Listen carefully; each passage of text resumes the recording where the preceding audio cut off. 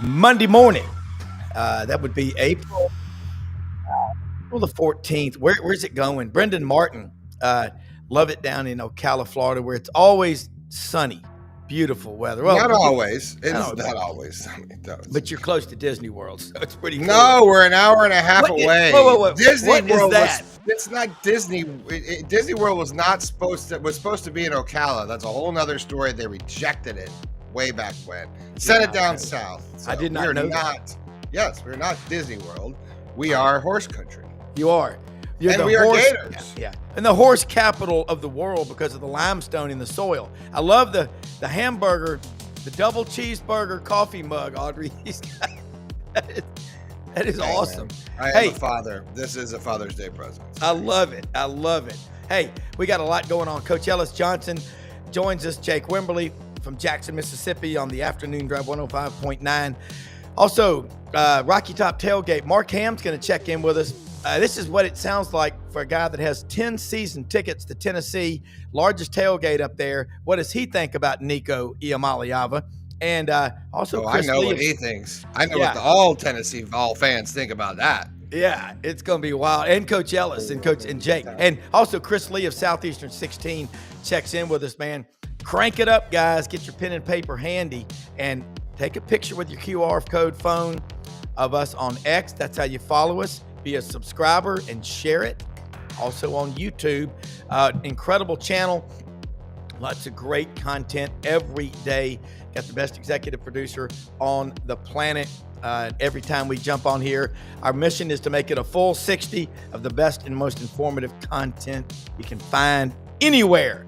So to my dad, who always says, boy, make sure you tell the day and the date, Monday, April 14th. So here we go. Yes, tell the date and the time every day. And the weather. That's right. We'll bring in our two esteemed guests here. One is Mr. Tom Cruise, a.k.a. Hollywood, now that he's in his new career as the world's coolest guy. One and only Coach Ellis Johnson joins us today for the Monday wrap-up. And one of my favorite and smartest stat guys in the history of time, Jake Wimberly. Gentlemen, welcome to the show. And a degree in civil engineering. Listen, I come back reincarnated. I want to have my master's in accounting and a degree in mechanical engineering. I can count all the money and handle all the money and make it move efficiently. Isn't that what they teach you? And Jake mentioned to me his favorite college course was calculus. It was. It really was. I enjoyed calculus. It was something about it was very therapeutic. But see, now you know how crazy I am. No, you're smart. Dad had my son took it. I almost went off the road when I found out he passed it, but he passed it the second time with a better grade. So look, it is spring practice, guys. Coach, as a veteran coach of many, many years in the SEC and a Citadel grad, we're seeing spring practice change. The spring games now are basically an hour of practice.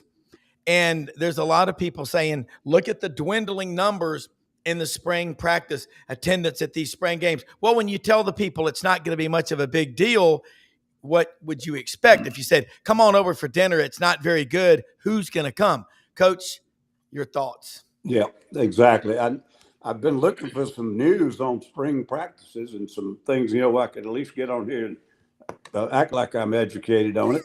But everything's kind of dropped off because since some of them are not having games and some of them not emphasizing games, it's not as much hype and reporting on it right now.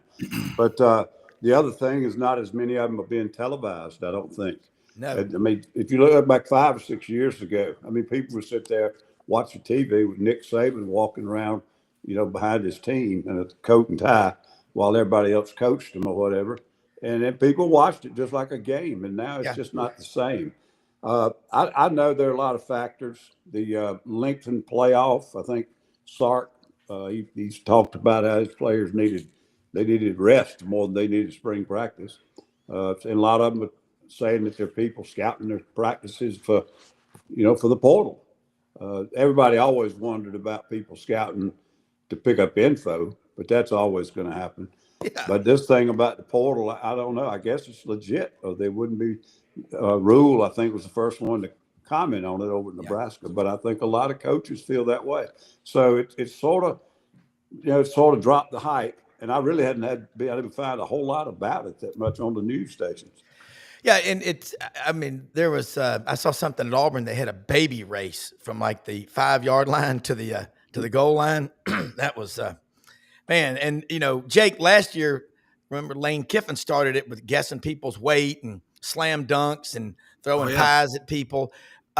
Look, you know what? This is temporary. I'm not sure if this is going to last too long, because for a lot of people, that's the only chance they get to connect with a team, to take their family on a game day. And I think you may not realize it. I think we all do. And Coach, you know it, and Jake and Brenden, it's a big deal. Some people can't afford to go to a regular game. Yep. No, you're right about that. Josh Pate, I don't know if you know Josh or talked to Josh much. I watched him. We had him on the show recently. He was awesome last night. Yep. He was talking about this very thing yesterday. And Josh is a friend, super good dude, does a great job with his program.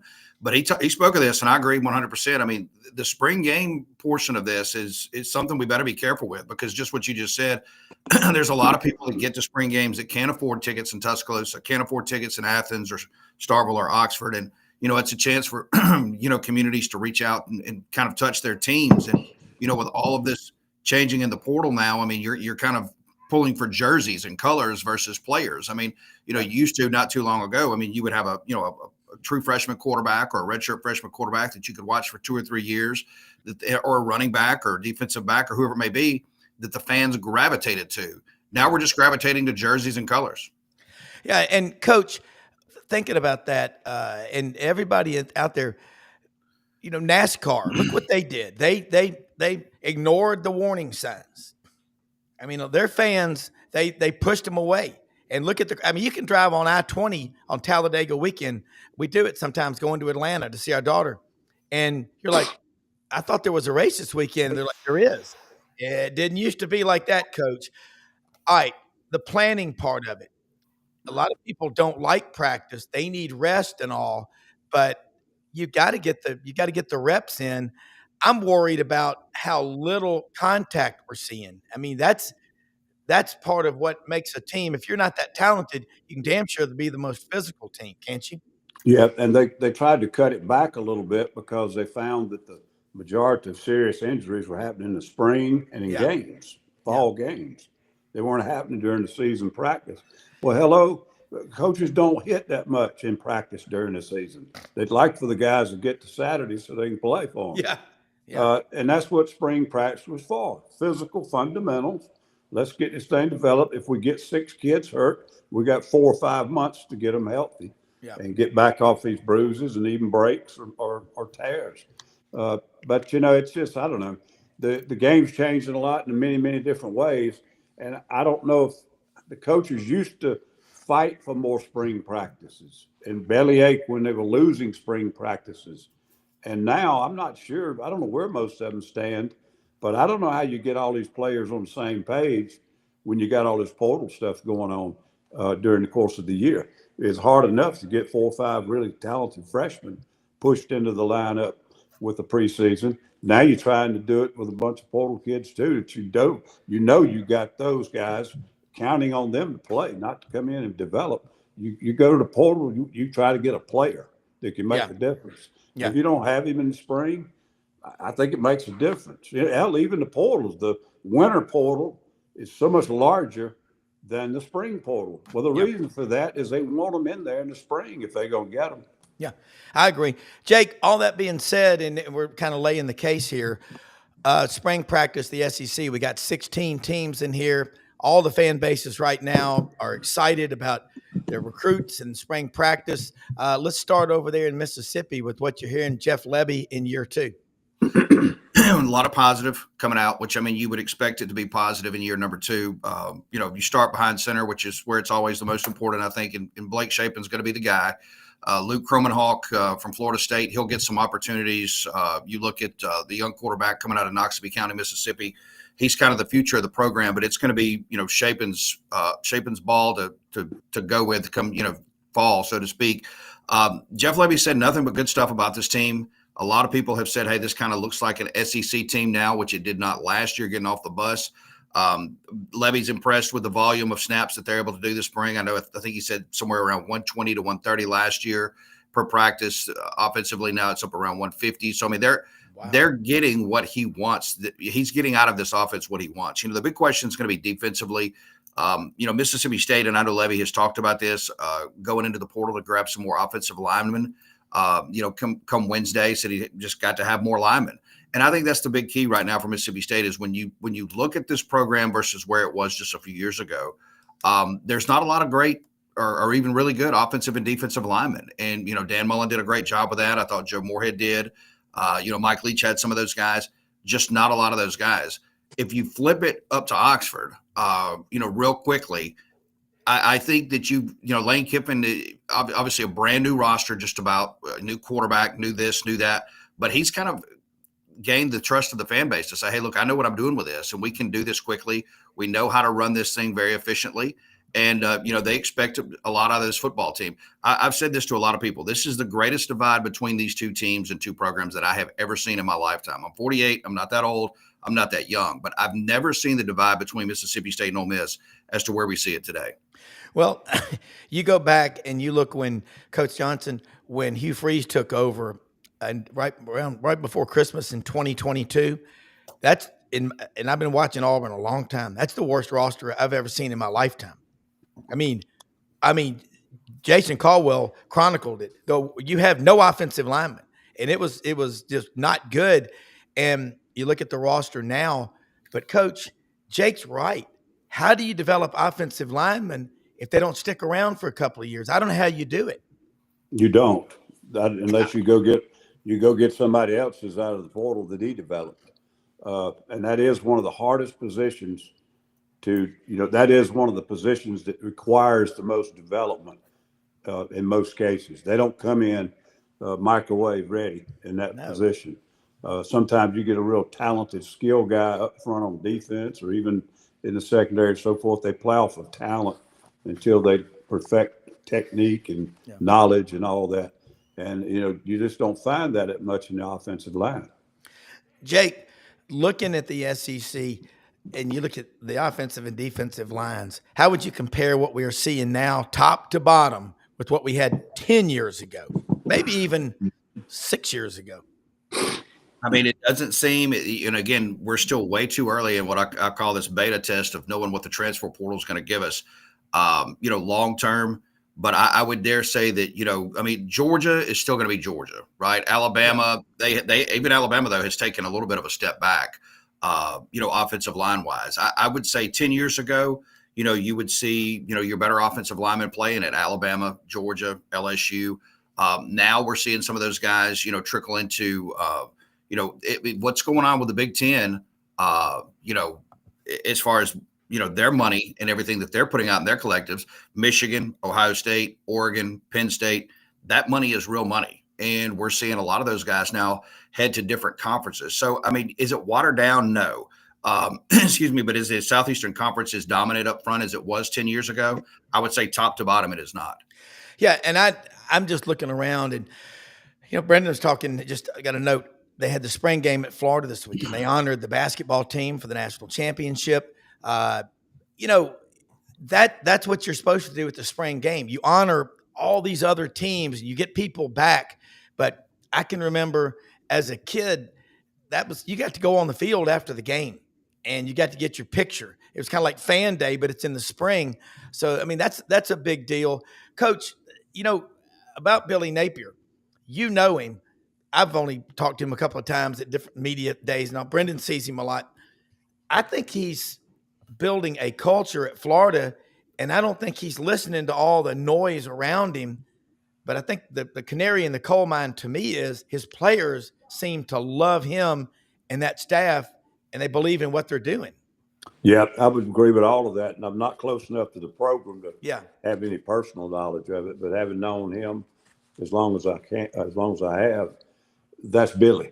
That's his personality. He didn't have to sit down one night and say, I'm tired of listening to all this outside noise. Yeah. I've got to focus. That's just him. And he does, I mean, I don't mean that in a disrespectful way to the fan base. I'm just saying, like Coach Stallings always said, if you keep listening to that crowd, you're going to be up there sitting with them. So, I like that. one day you're going to be up there sitting with them.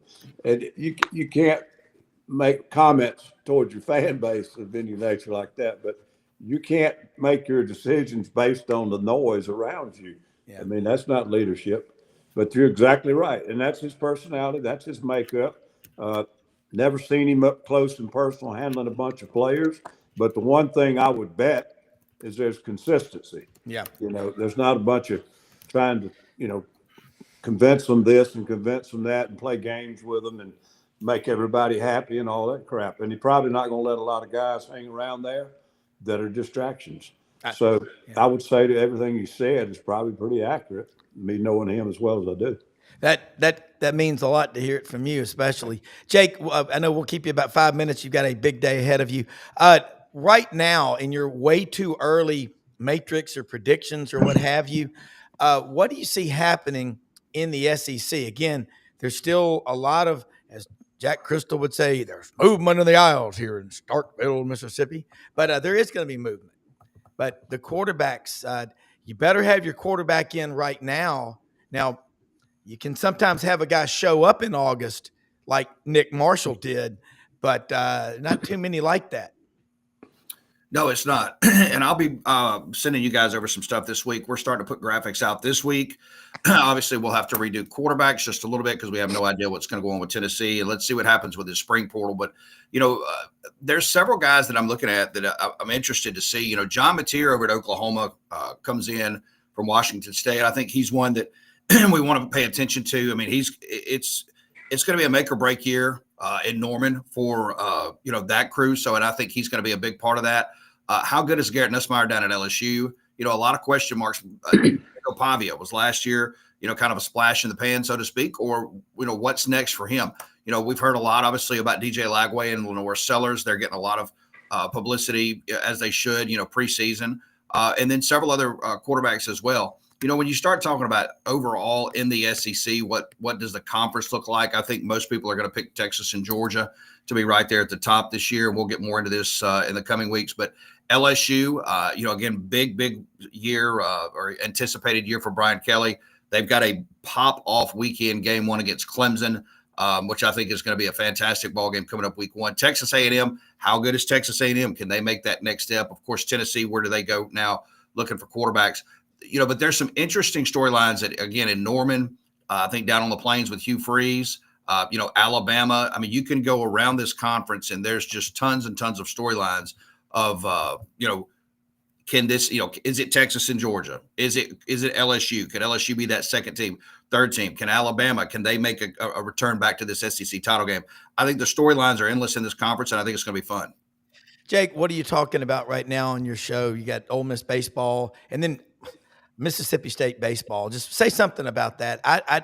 I'm in shock that it's where it is right now compared to what they've done for this conference. And I say that seriously because those crowds at Dudy Noble are what made college baseball what it is in terms of the fans following like we do football on a smaller basis because baseball is a different kind of sport from how you watch it. Yeah, I think a lot of the Mississippi State fan base is checked out on Chris Lemonis. It'll be interesting to see how they respond after a weekend series win against Alabama on the road. But for the most part, this fan base is checked out and they're tired. And I get it. I mean, look, it's been 3 years of somewhat misery since the national championship. But as far as what we're talking about this week, obviously baseball, we'll see, kind of gauge the pulse of the fan bases. Obviously Ole Miss as a program, again, with what Keith Carter's doing. And I think that's something that we can talk about another day. But the drive and the wedge between the two universities. And here's what I mean. Keith Carter has really teed Ole Miss up in a way that they haven't been teed up in quite a while. You look at the run they went on or have been on in football, basketball to the Sweet 16, baseball, they're, up and running. Whereas Mississippi State, down at the bottom of the SEC in football, basketball making the tournament, but getting bounced, week one of the tournament. And then of course where baseball is, where these two universities kind of sit right now, you're starting to see some angst amongst Mississippi State people talking about leadership and not just in coaching, but at the top of the athletic department. We'll be all over that today, all over this Nico thing. And of course, a little bit of Masters and You never know what the world's going to bring us. We're getting closer to the NFL draft. That's always hot. Well, and look, apathy is what kills you. At least your fan base is engaged. So, look, we're going to get to it. Mark Hamm, hopefully going to join us in a minute. But again, Jake Wimberly, ESPN 105.9, the afternoon drive, Jackson, Mississippi. Thank you, and looking forward to talking a lot of numbers going forward. Yeah, we'll do that. And real quickly, just my thoughts on Nico. Just give me about 30 seconds on that. Very, very interesting to see all of the, questions and commentary over the weekend about this. For me, it looks like this is a situation where, based off what we know, Nico's got some bad representation, and he's got some people behind him that's pushing for this money. I thought it was interesting to see that now there are reports out that they were asking for more money before the playoffs. Yeah. Which, if you remember that playoff game, he did not play well. Now, some of that credit could be given to Ohio State. But, man, just I talking about not being able to read the room. The guy was very, very average. And, to try to hold Tennessee hostage, I think these guys should get paid. I'm all for player payment. But to hold Tennessee hostage like that, it's going to be interesting to see where he ends up. He may end up with Jaden Rashada at UConn fighting for that starting job. We have no idea. You're correct, sir. Don't get me started on the whole. Don't get please. I cannot even. He might punch through the thing. Scream. I don't even know who that is. Yeah, right. Have no idea. He's dead to me. He gets a big burger award from me today. That's what they got. So there you go. At UConn. And we were hoping. I know Mark was on a conference call, so hopefully he can join us. But if not, but Coach, Thanks, and I and Jake, Jake, that's a great point. He got. We have to say goodbye to Jake now because he's got to go. No, yeah, Jake. I know we got to let you go, but great point about bad advice. Thank you. Thanks, guys. Thanks, Jake. Okay, Coach, I got some stuff from you over the weekend. Also, I would love for you and Dabo Swinney to come on this show because I remember him. Of course, living in Memphis, we're 3.5 hours from Tuscaloosa. I got a lot of Alabama friends, and I remember when he was down there because Blair Canale was down there and John Stevenson, a bunch of kids from Christian Brothers High School where I went. We kept up with them. And golly, that was watching Dabo do what he did, even if you're not an Alabama fan, was pretty cool. You know him, you coached him. You've known him since he was in college. So we're going to get to that in a minute. Real quick, Mark, I won't keep you but a few minutes. I know you got a busy day. You're a Tennessee fan, 10 season tickets. You are as loyal as it gets. You can remember not too many years ago, you could get $11.29 at the county penal farm or season tickets to Tennessee football, and most people took the $11.29. What do you think about what Nico did? And we got Coach Ellis Johnson, Brenden Martin on here with us. The world is awaiting your thoughts. Well, hey guys, thanks for having me. It's really kind of sad if you think about it. When you look at some of the advice I think these kids are getting, I think that's what's really called to happen. And I think their egos, and I think a lot of their valuations are a little bit off. I work in business. I do valuations every day. So I think you really need to be rewarded after you've actually achieved something. And I know it's the world we live in and everyone's paying to get these players to come around. But, if you go back and take a step back and look at the University of Tennessee and what happened, we had to go to court, over this to begin with, over what we paid Nico initially. And we spent a lot of time, millions of dollars with attorneys. Chancellor Plowman, who I sit on the chancellor's board, are the, part of that board. And, it's one of those things that spend a lot of time and effort to get this thing done. And we bring him in. And he has a decent season. He didn't light it up. He was probably middle of the pack, but it's really disturbing to think that you can be a, 10th in the league in the SEC or 7th or 8th or whatever you may be as a quarterback, but then demand $4 million in a Bugatti. It's really ridiculous what this is turning into. Yeah, Coach. The Bugatti he's talking about, I looked it up. It's an automobile with a price tag. I thought that was an Italian meal. I thought it was a motorcycle. The cost of that vehicle, you ready? Over $4 million, and you can go up to $19 million. Now, my watch here, $39.95 tells me the same time as a $20,000 Rolex. But Coach, along the line of what Mark just said, and this is my wife's cousin, like her brother, but he is my wife. They are orange and white. The sky is orange and white. They are as loyal as it gets. Your thoughts if you had to deal with the Nico situation? And I don't wish him bad, but I think he's got some people around him that I'd be like giving them the Heisman, Yeah, well, I mean, it's hard to add anything more to what Mark said. I mean, and it's not Tennessee. This is going to happen somewhere else soon. Yeah. And my problem is not the NIL money. My problem is it's turned into non-NIL money. And the second big problem is the portal. The portal could be easily structured to slow all this transferring down. And that's where all the tampering and the leveraging and all that comes from. Because if the kid knew he couldn't leave, or he may have to sit a year if he does leave, or he may have to go outside of the league, et cetera, it maybe slows that stuff down a little bit. And then you don't have all this leverage. But it's going to happen to another school. And I've heard Feinbaum the other day say this is going to be an inflection point for the NCAA. Well, I hope it is. I wish it would. But from what I've watched over the last 10 years, I don't know what the hell's going to make them realize that they're screwing up the game. Mark, general comments around hardcore Vol fans. And again, you're on that panel with Chancellor Plowman, and she loves Tennessee football. She loves Tennessee, everything about that place. Yeah, I mean, she's a great administrator. I think, Rob, we've talked over the years about why Tennessee football was in shambles long and why we couldn't give tickets away. I mean, I had a story. I was walking to the game one day, and there was a dad and kid out there, and he had his hand up for two, and I had and I said, "How about 5?" He said, "How about 3?" I said, "Take them all." It's a miracle. Yeah, couldn't give tickets away. Woo!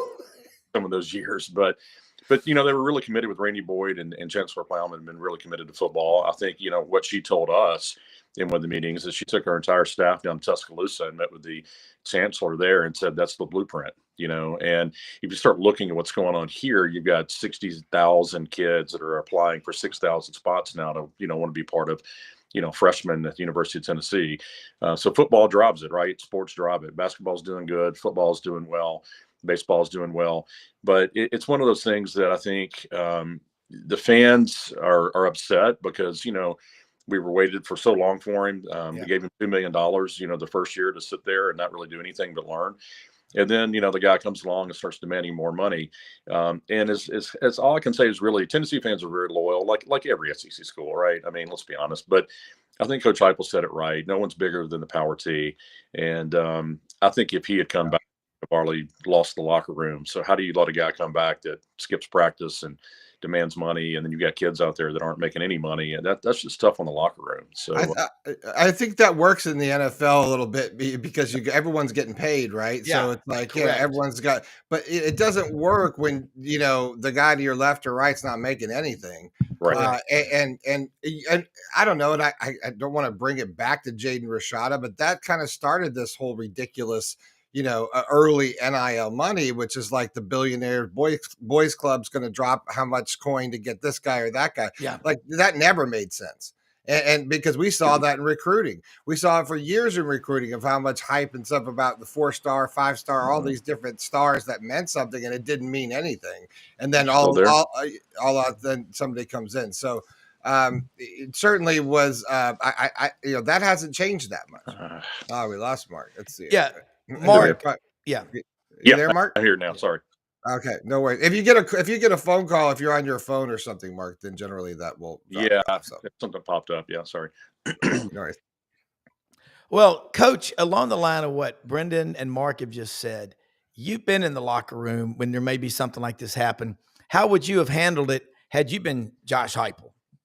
Yeah, I think he did exactly the right thing, and I don't even know everything that led up to it. But bottom line, when it came down to him not showing up for a meeting or practice without prior contact, that's it. He's probably told your players when they came in the door as little freshmen, if you can't get here or you're sick or something, don't let us know after practice is 10 minutes over. Just, you tell someone. I mean, that's the simplest thing in the world. If you got somebody pulling that crap, I mean, obviously he's got bad influences around him. And I feel bad for the kid because I don't think it's going to end well. Well, and I heard when when Tua Tagovailoa was at Alabama, stories about, his dad the family, there was like 20 or 25 people that were just there at the house every time. I'm just telling you, that's one of the things that started Nick Saban on the road to retirement. And Nico seems like he's got a bunch of handlers, Mark. Well, Mark, before you answer that, don't you all think that this just opens you way up to gambling and corruption? And we know this story. So-and-so got behind on this and that because they didn't know how to manage their money. Look, you can have $1 million, but if you gambled $1 million and you owe it to somebody, you don't got $1 million. And so how does that kid get out of it? That's where it is a no-brainer. We've seen that. We saw that kid at, excuse me, at LSU last year. Mm-hmm. Yeah, I agree. I think it's one of those things that's really sad. I mean, when you look at who's the guy at LSU, Jamarcus Russell, who came out and made $150 million in the NFL, and now he's broke. I mean, you've got all these people around you, and I think a lot of these kids come from humble beginnings, right? So, they want to get paid, which I understand. I mean, I get it. I mean, who wouldn't? I understand, Nico thinks he's maybe worth more than he is but as Rob and I were talking yesterday, it's all about leverage, right? I mean, you don't want to use the leverage. If you have leverage, you want to use it in the right way. What he should have done is, and I don't know what happened, but he probably should have come to, Josh Heupel and said, I want to renegotiate, or gone to, and Josh can't even renegotiate, but go on to Spire, our collective, and spoken to them about it. But when you go behind the back and start shopping, that becomes an issue. And, I think that one of the things is some of these kids are not even going to go to the NFL. I mean, if he continues to play the way he's playing right now, he might be a backup, in the NFL for a little while, but he's not going to be a starter. He's not going to make $100 million. So I think some of these guys maybe think I might as well get it while I can. I mean, look at what's the guy Beck, the guy that left Georgia? Carson Beck. Yeah, Carson Beck. He went down and got $4 million because his draft stock went down last year. And I thought, hey, great for you. If I was Quinn Ewers, I would have, not gone to the NFL. I would have gone to Michigan State for the $8 million, because I don't think he's going to make $8 million in the NFL. I mean, he probably should have gone and done that and then gone to the NFL. But if somebody's willing to pay you, I guess guys are going to take it. But it's just sad that you got a guy that got really bad advice. I think he's a good kid, but he got really bad advice. Coach? Rob, I think, real quick, what Brenden said to me is a huge caution light. The type of people that will handle a situation like this, the way they've handled it, and it's not the only one. It's a lot of it. It's just the most high profile right now. These are the type people that are extremely vulnerable to such things as gambling and getting in a mess over money. It's great to have money. Ain't nothing wrong with money. We all like it. But when money becomes the primary target and the primary focus, that's what's wrong with college sports today. Money is controlling the situation. Situation has no control anymore of itself. Yeah. And gambling is the next step. It'll be so much corruption in it. Yeah, you're right. Well, Nick Saban said something, like yesterday, or actually said it back in a month or two ago. I think I sent it to you, Rob, that about 70-80% of the players come in and want to know how much money they're going to make. And the other part of it is 70% how much you want to make. The other 20% is how much am I going to play. And that's really the discussions. And I think that's what led Coach Saban to leave the game. It is 32 guys coming in there after they lost to Michigan, talking about their NIL deals. He's going, hold on a second. Y'all ought to be coming in here asking how we can be a better team. I'm out. Okay. Mark, great stuff. I know you got a big day. Thank you so much for joining us. Love the commentary. Rocky Top Tennessee Tailgate Report. Go Hamm. Yeah. Thanks, guys. Thanks for having me. Thank you. Chris Lee, another great one. Chris, sorry about that. Had the different email. That's my fault. Chris Lee, Southeastern 16, one of the best with Coach Ellis Johnson, executive producer Brenden Martin and Rob Browne. That was Mark Hamm talking a big Chris season Lee. ticket holder about Nico and all. It's been a minute. Yeah, it's been a minute, and we've missed him. I know you're a busy man, but let's talk some. What you're hearing up in Nashville. The same thing, the fallout from Nico. But I want guys like Kirby Smart says and Dabo. Give me guys that love to play ball and love being here. You're going to get your money. If you're trying to get money, it takes forever to get it. If you work the process, it comes to you. Money goes where it's needed. There are so many places I can go with this. I mean, we could do this for 3 hours, and unfortunately, as much fun as that would be, I don't have 3 hours today. But I go back to, do you guys ever read Malcolm Gladwell? No. I don't remember which one. Brendan's nodding his head. I don't remember which one of his books it was, but he talks about the dynamic of people will do a lot of things for free.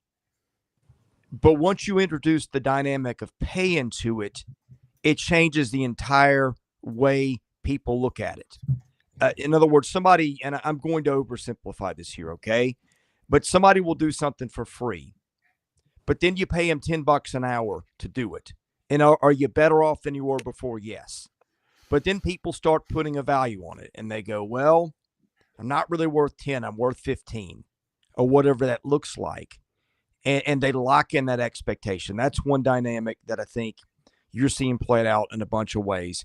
The other dynamic is, and look, I think Tennessee has got some fault in the situation because they introduced a big money dynamic to a kid who was very raw at football, and they did it in a very public way. And right after, throwing themselves on the sword to the NCAA to get rid of a coach under the dynamic of, well, we broke the rules, they then thumbed their nose at a lot of that, which a lot of schools were doing, and maybe you had to do that to survive, which I get, and then said, we don't care about your rules anymore. We're paying this kid. We're suing you. Then the guy goes and he sits on the bench for a year under the guise, if you're going to get your money, but we're not going to throw you into the frying pan. We're going to let you watch. We're going to let you learn the system, and, you will still be paid accordingly. Well, now let's say Nico was getting paid. I'm just making numbers up here. Let's say he's getting paid $2.5 million, and he's worth $3 million. Well, what was you worth the year that he sat on the bench and played in the bowl game and got paid $2.4 million? Was he worth $250,000? I don't know the answer to that. But the point is, it has become about what can I get now. And again, I think the coaches, and there's a lot of people at fault. It is not just Nico's father. And ultimately, I will blame the NCAA and college presidents and all these people that are getting paid 7 figures a year to lead and are not leading even a little bit. And this is what you get. I like Maury. The book is titled The Tipping Point. Excellent read. Yeah, that was introduced to me once by a guy. He said, all these people are complaining about I was working in a TV studio. I won't say where. He says, all these people are complaining about working too many hours. I go, yeah, what are you going to do this year to change all that? He goes, I just made them all freelance, and now they're all real grateful to be here. Yeah. You know what I mean? Because it just changes the perspective, right? Well, that's a great point. I mean, Brenden, and Coach, just along the line of what Chris is saying, we all are for the free market, but you got to have some guardrails. I mean, how would you feel in business? You have them. I mean, going over the Mississippi River Bridge in Memphis, if we took the guardrails off of there and there was a thunderstorm or high wind, 60, 70 mile an hour winds, would you want to go over there 80 miles an hour over that bridge if they took the guardrails off? You need some guardrails. I'm not talking government. I'm talking common sense. And Coach, I can't imagine trying to corral a bunch of kids who are more concerned about looking at their bank app on their phone than studying the playbook. And I don't think it's very easy. You talked about little things like putting tape on. Expand on that. Well, the biggest thing that I take from what Chris said, I think this kid and whoever's around him have made a serious mistake and mishandled a situation. But let's don't forget, he didn't create the situation. He was probably about the 7th grade when all this crap got off the guardrails. Yeah. The leadership in NCAA, and I'll hold even Washington accountable if they've been contacted and help's been requested, because the NCAA kept getting crushed in court. It couldn't win anything because technically the way it was being run, it legally was not going to hold up in the court of law. But just like Title IX and all these other things, you try to go to court and win your case, and you didn't have a chance. Yep. And so that's how it got so out of control. Don't forget, NIL was never supposed to be collectives paying kids. NIL was supposed to be, this kid's so popular or he made a great shot, and they're using his image and his likeness to sell things, and he's not getting peanuts. It's like the Villanova kid now who's trying to sue him. I understand that part of it, but paying kids just to pay kids and to try to get the best lineup, this is not the NFL. And if they try to be the NFL, it isn't going to end well. And this, I hope, like Firebomb said, I hope this is an inflection point. But for the way things have been run the last 10, 15 years, I don't know if it's strong enough to cause an inflection. And I just think the whole thing is rotten as hell, and it's not going in the right direction. And what Brenden said earlier, it's going to lead to some stuff such as gambling, because these are type people who are really vulnerable to being caught up in that mess. Yeah, I mean, and who knows it hasn't already? Excuse me, because it's too easy to gamble. Now, that's a whole nother story, with FanDuel and all that other kind of stuff. And I think, honestly, you talk to the kids, they don't even know. Some of them don't even know if they're really doing something wrong by gambling on some of these games. I've had conversations. I'm like, you can't do that. Yeah. So, I think that it's so much, so fast, so quickly, Chris. I don't know. It really harkens to I think great coaching and great setups and great collectives, right? Like there's responsibility, and the onus is back on the school and the culture of the school, and what does it really matter? I mean, how much is that you think carries over from being in the SEC and the culture of some of that? You combat hey, we got to win, but a lot of these schools really care about being family. You go to Auburn, it's all family. That's the sentiment, and even at Florida. So how much is this good versus evil, right? Yeah, great. I like that, Chris, what he just said. Yeah, and here's the problem: when you have a system where there's no guardrails, the worst actors are going to benefit the most, and the people who the good people are going to either have to keep up or lose. And that's when you get in a really, really bad spot. And additionally, human beings are not made to handle all the stress thrown at them. The kids are not, the coaches are not. It just introduced the instantaneous nature of social media, where, the story now is that Nico was under so much pressure and whatever that he had taken the day off on Friday to kind of reset. I'm not defending it. Yeah. I don't even know if that's true, but I can sort of understand it. You should tell your coach that or whatever. But I mean, all these forces are forcing people to act in ways that they don't want to act. And if they don't act that way to some degree, they can't keep up. I make this analogy all the time. It is like driving on a highway where the speed limit is 65 and everybody's going 90. There's a lot of people going 90. They don't want to go 90, but they have to do it to not get run over. And you got some people out there that drive 150 if it weren't for the people going 90. And that's where we are. The problem with Nico is if you want to make the wrong decision, ask everyone. That's your problem. And Coach, and I love what Brenden said, because I mean, I'm telling you, what Florida basketball is almost a mirror image. Of course, they got a national championship, but what they do at Auburn, Bruce Pearl, Todd Golden, very close. You build a culture, and guys will say, you saw a lot of the guys on both of those teams got to the Final Four. I'll stay. I know I could make more money going somewhere else, but long-term, getting a degree from Auburn or Florida, Florida, what's a degree? College of Engineering. Do what? Yeah, what is a degree? That's right. I'm sorry. Yeah, I didn't mean to talk about it doesn't academics. mean anything. Yeah, well, but I'm telling you, you get a degree in engineering from Florida or Auburn. I mean, my goodness, is there even going to be but those jobs are, I mean, look, don't get me digressed into AI, but AI and sports and what we're seeing, this all going to change. I mean, we're at 6 months. We're going to see things differently in 6 months than we've even seen. And Brenden, that's a whole nother conversation, but kids getting certain degrees and stuff like that right now may not be very advantageous for the future of what's going to be out there for a job market. Yeah, that's for sure. So, and that's a whole nother conversation, but right now, look at Florida, right? You just talked about Florida, winning a national championship. There are a couple of guys already off the team. Guys, are going to go test the market, see what, test the draft market, see if there's money there. Because at the end of the day, they know no one's going to care about them. School's not going to care about them. No one's going to care about them. It's the same old argument that we're having over and over. the market, or what we have established, the guardrails that are not in place. It's the adults' fault. Yeah. And we always, and We can't blame the kids. We got to No. stop blaming the kids. It's not Nico's fault So because guys, he's too young.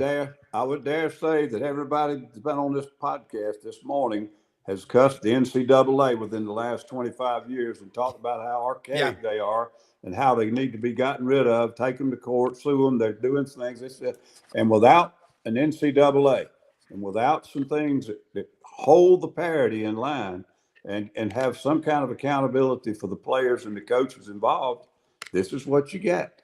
And I mean, I hated it when I coached. Some of the stupid rules they had, but they just kept pushing it and pushing it. And Emmert told them, you can't do this. You can't do this. You can't do this. And everybody blames him now because he never did anything. I think he knew what the hell was going to happen if you did let it all go. And that's what we've got now. Yeah. Chris, you cover Vanderbilt closely, living up in the mid-state in Nashville. We talked a lot about, and you said this, I'm giving you credit for this, the 35 or 40 big families that have donated to Vanderbilt. And again, I know a lot of Memphis people, and my family went to school there. That great law school, great business school, engineering. There's starting to be a little bit of excitement there because they tested the waters last year. Diego Pavia's back. But at the same time, when you got a roster, fans need to be able to connect to the players. They've got to know them. And kids grow up like Brenden and I did, and Coach Johnson and you did. We knew end to end, hometowns, heights, weights. We knew their favorite hobbies. We connected with them. You know, again, the warning signs, NASCAR didn't pay attention to their fans. You know, when professional sports delve into the political arena and shove it in your face and lecture you, you're going to push your fans away. Kurt Cobain, the late Kurt Cobain of Nirvana. Great song. Here we are. Entertain us. Yep. Well, and this is where my head was going Saturday morning, okay? And my buddy Trey Wallace was interviewing people about it. And there were actually people that came to the stadium having no idea what had gone on. He would say, what are you looking for? I'm looking at Nico's rapport with the receivers, blah, blah. And they were, I don't know how in 2025 you had a single person at stadium didn't know, but there were some. And I'm just imagining, I've got an 11-year-old son who is just eaten up with sports. Loves it. It's a connection point with us. I took him to Vanderbilt spring game. For once, I didn't sit in the press box. I just took him and sat in the stands with them and he loved it. It was, been looking forward to it all week. And I just sat there and we had a father-son moment. And I'm thinking, like in Knoxville, how many dads were taking their 11-year-old kid into the stadium?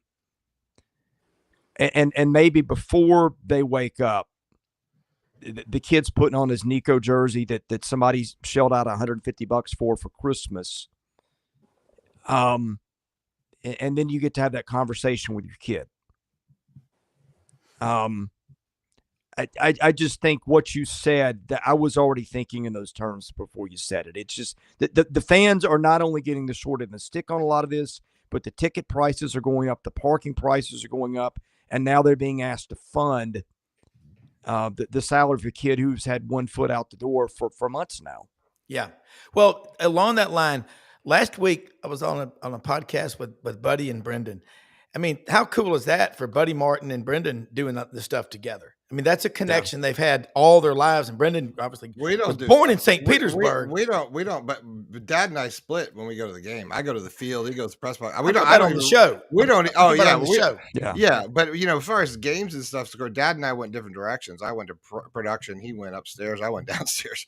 So that's the difference. But yeah, like we couldn't be. Like, I don't even ride in the game with him anymore because I'm like, you're going to be in the press box. I'm out, man. Like, but there's a connection though for the two of you. And Coach Johnson, my kids talk ad nauseum about growing up Saturdays. If we weren't on the road to watch Auburn or at Auburn for the game, Grand Bob, my dad, was over with Wilson and Max, and sometimes my daughter Hallie, watching college football. And I told that to Vern Lundquist when we had him on the show a couple of years ago. I said, your voice is so iconic and just part of our culture. And Chris, you just said it.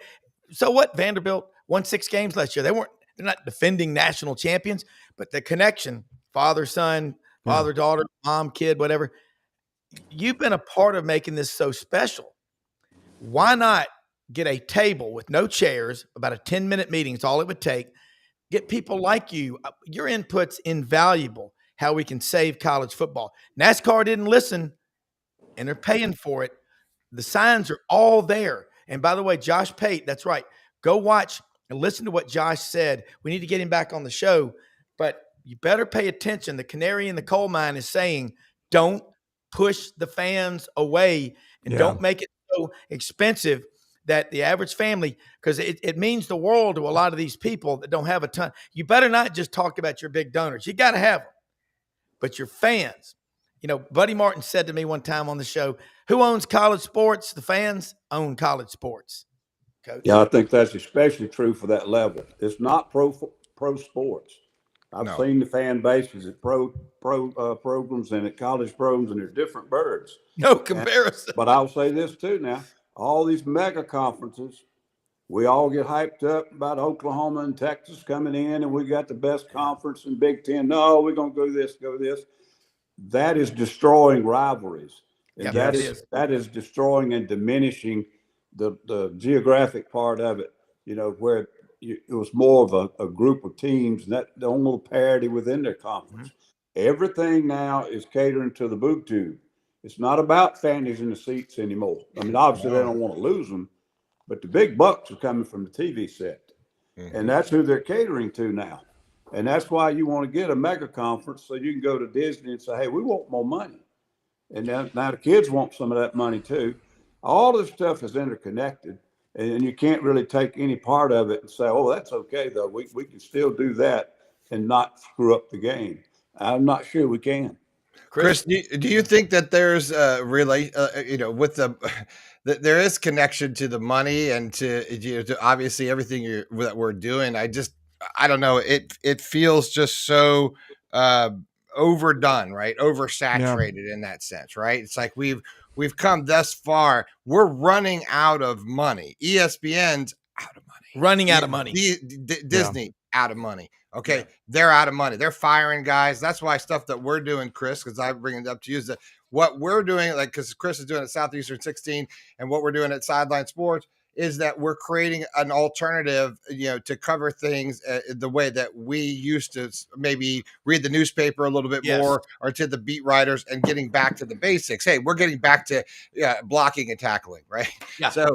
But the money's running out for the schools. It's running out. This is not sustainable. We can't pay guys this kind of money because it's not the same business. Guys, I know this for a fact. I go to practice at Clemson about twice a week, but something would change with an NIL or a portal thing. But when this thing came down the pipe that the House lawsuit was inevitably going to pass, it sent shockwaves down through these universities, because they know the next step is they're going to get a pool of money, and they think it's going to go to all these football players and some men basketball players, because that's who made it all.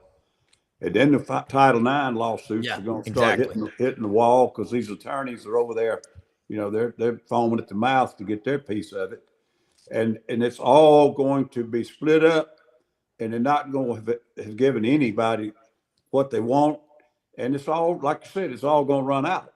We just can't have so much. Yeah, and it's I don't know. That's the one, though, that kind of put cold chills on them. They said, we fooling with $78 million a year to each school. It's going to be chicken feed if we don't find a way to get this thing under control. Chris, here's the problem. You didn't see a single SEC football coach fired at the end of last season, because they see this $21.5 million house settlement you're going to have to come up with. And now you're going to have to go to your controller and to the treasurer, the CPAs that run your university's finances, and say, find me $21.5 million. Are we going to go to these schools that have 20, 25 different sports for men and women, and in 3 years we have 6 sports, the rest of them are club level, and they're having bake sales to fund them? No. That's what will happen if we don't get a handle on this, Chris. Well, and I've written a bunch of things down. I'll try to hit them briefly, because I've got to leave in a minute to get ready for our Gotcha. baseball show, and I'm happy to come back on later because I think there's a bigger conversation. I'm a free market guy. Me too. But let's talk about airports for a minute. Let's say we all buy a plane, and we just decide, hey, it's free country, free world. We can go fly wherever we want to, whenever we want to, right?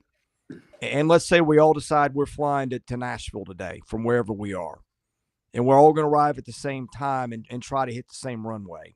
Free market, we can do what we want. It's our plane, but you got problems when you got a bunch of people landing planes from different directions with no coordination. I think that's a huge problem. I think that what the NCAA probably fears is collective bargaining, which I think the House settlement is maybe a little bit of a myth. I think that's the one thing that's said because, okay, we're going to do this now. Okay, Rob, we're going to do this now on your show. Okay, I'm going to impose rules on you without asking you. Well, wait a minute. Who asked me to agree to this? That's where I think the House thing may not have the impact people think. It'll establish a pool of money, but what is to stop a kid from getting money from not just an illegitimate advertising deal, which is what NIL has become, but what if he says, okay, you're going to stop me on the basis of what? Somebody wants to pay me, and you're going to stop giving me money on the basis of what?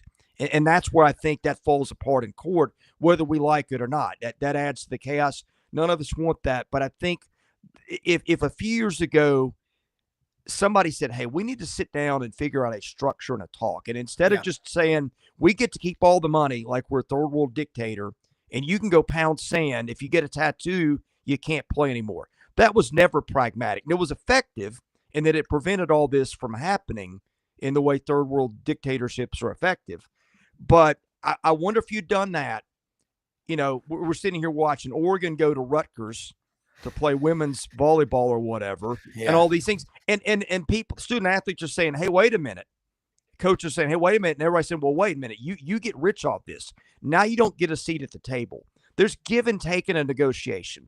I wonder if we had started this 5 years ago, if you would have seen some of the rivalries stay in place, if somebody would have raised their hand and said, hey, wait a minute. UCLA joining the Big Ten is crazy for geography and all the travel and all the things. If you sit down at the table and have a meeting of the minds, would this look differently? Finally, somebody mentioned ESPN. I was watching baseball this weekend. I don't think ESPN was even putting announcers in the building. No, they're not. I think they were doing it remotely. Doing it from their living room. No, I'm telling you, they're called Remy's. They're doing them all remotely. There's remote hubs in parts of the country, and that's what we're going to see now. They're not going to send anybody there anymore. No. It started during the virus. It started before that. It started before when they started laying fiber into the ground, and they didn't want to have TV trucks anymore. That's the start. That's why I left television broadcasting for that very reason. But you're right, Chris, and what I want to say is that don't we feel like we're going back, and I know you got to go, but don't we feel like we might be going back to the bag money again? Hey, there's not enough money in here, so that's what's going to happen. We're going to go back to where it started. Back to the corruption, and now the schools are going to have this much money, and we're just going to be giving them out in taco bags. So it doesn't matter. Your problem is, Chris, and that is true, is that even if we have the House settlement, if it's $21.5 million. The NIL collectives can do separately, but any transaction over $600, there has to be full disclosure. Okay. That's in financial markets, everything's about transparency. You used to be able to get 6 points on a bond. Now, if you get 1.5 points, 1.25, that's a big deal. The market made that happen. So, Chris, let them know how they can follow you. We'll get you back on again here very soon. Love having you on. Yeah, I've missed it. Hopefully we'll have a little more time going forward. Southeastern 16 is our YouTube channel. We cover baseball, basketball, football year round. We had some thoughts on the Nico situation this weekend. And in a couple of videos, I'm doing baseball power rankings momentarily. We had reactions to the weekend last night. And we're covering the transfer portal in basketball. If it's happening and it's important in football, baseball, and basketball in the SEC, we cover that on YouTube. Just search Southeastern 16. And also, you can find that in the audio version wherever you get your podcasts. Absolutely. I watch it. Love it. Thank you so much. Have a great week. Thanks, Chris. Thank you. Good to see you, man. Sure. Likewise. Hey, Coach, we'll wrap it up here. And I will say, you're right. Where I've worked over the years in a city like Memphis is a melting pot. You've got obviously Tennessee, Memphis, Arkansas, Vandy, Mississippi State, Ole Miss, and a boatload of Auburn and Alabama. And now you got Georgia. And you've got to have that's what makes this conference work. It still has a contiguous footprint, which means we're running out of choices. I think the next SEC school that's added is Notre Dame. So they can say from Lake Michigan in South Bend all the way to the – I know, but they're going to try to get them. But Notre Dame is just – they're Notre Dame, and they'll do what they want to do. But I think it'll be North Carolina or in Virginia, somewhere, 2 schools from there if they want to expand it. But I don't know why they want to expand it. I know. I think the 102 years ago, the Southern Conference had 23 members. Just remember that. That then became the SEC in 1933, and in 1953, the ACC, and then the Southern Conference, from Virginia to Texas and everywhere in between. We've been there before. History repeats itself. Those that don't know history don't know what's coming. But we better figure it out. Coach, awesome stuff. I'll let you go. Appreciate you being on here with us. Hollywood. Coach, I'll call you after the show. I don't get any phone calls. You guys, I might need to hire you as an agent. Nobody else calls me for any kind of money or anything. All right. Well, maybe you need your own show. Maybe we just need to get you your own podcast. We love talking to you. Yeah.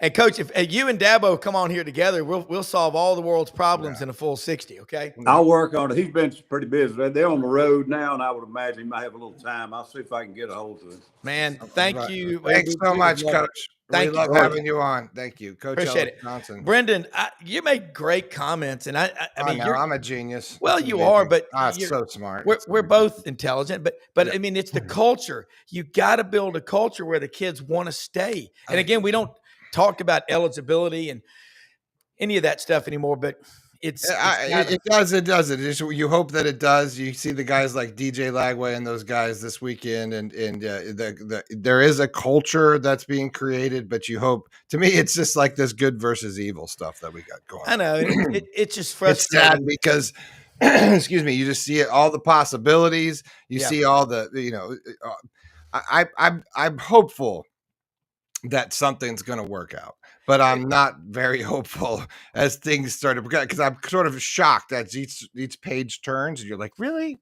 We're really doing that? Okay. But we got to think about where we've done back in the 50s. Ask your dad. I can ask my dad. What did people think when they put college football on TV? Will people still go to the games? There have been some pivotal moments, but never financially like this. I just think we're going to go back to paying guys under the table. I just think that's where we're headed, and we'll be back to it. And then probably everything will work all over again. What'll happen is they'll have the House settlement will come out, $21.5 million. And then people will say, okay, that's all. Well, if they need more, the dark money will come back into college athletics. And I'll tell you what, mark my words, the moment that Tennessee stood up to the NCAA last year, that was a very pivotal moment. I've been doing my homework, and that froze a lot of things, and a lot of investigations and things were happening at that time were frozen because there's a reanalysis of what's happening.